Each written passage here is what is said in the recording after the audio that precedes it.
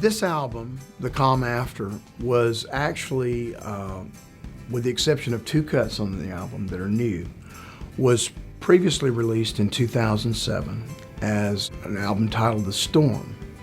And it was done on an independent label, and just about the time that we were getting ready to release the first single and get things off the ground, get a marketing plan together, the president of the label ran into some legal difficulties, also ran into some financial difficulties as well.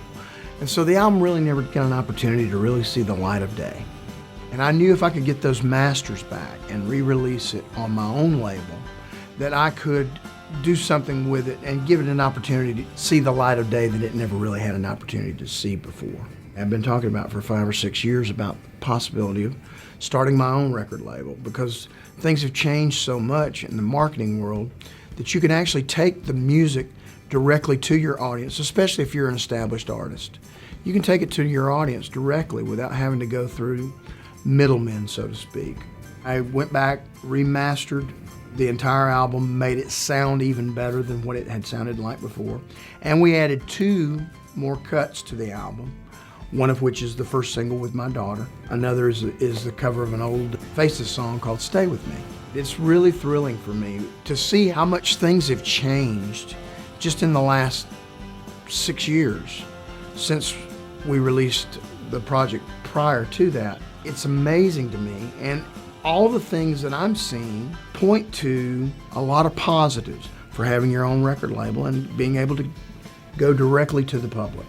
Songs are a gift from God, and you just have to be smart enough to write them down when they come your way. Songwriting for me is one of the things that I enjoy probably as much or more than any other part of the business because of the creative side of it.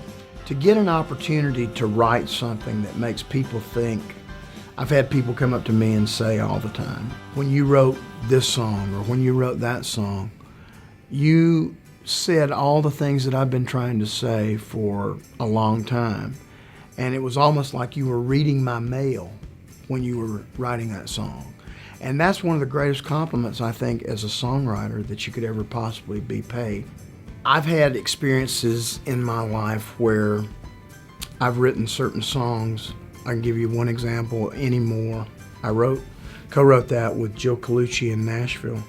And there was a young lady who, her mother sent me a message. She was in an accident and was in a coma.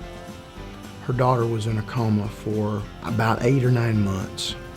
And she had been a big fan of my music prior to her accident. And they said that even though she was in a coma, that they would play my music for her in her hospital room. And that every time that they would play the song Anymore, she would turn her head toward the music. And they were playing the song for her. All of a sudden, she snapped out of a coma. How much my music had to do with that, I don't know. But I know that all the doctors were saying, you know, that the music is it's a good thing. It's especially stimulating to someone who's in that type of situation. Even in a comatose state, they can respond to music like that. And when I heard that, and I had an opportunity later to visit that young lady in the hospital, but it just stunned me. And it really was a wake-up call to make me realize that music is so powerful, so much more powerful than a lot of times I think those of us who create it really give credit for. Obviously, when you play a part in writing a song that has that kind of an effect on people, it tends to make it become more near and dear to your heart.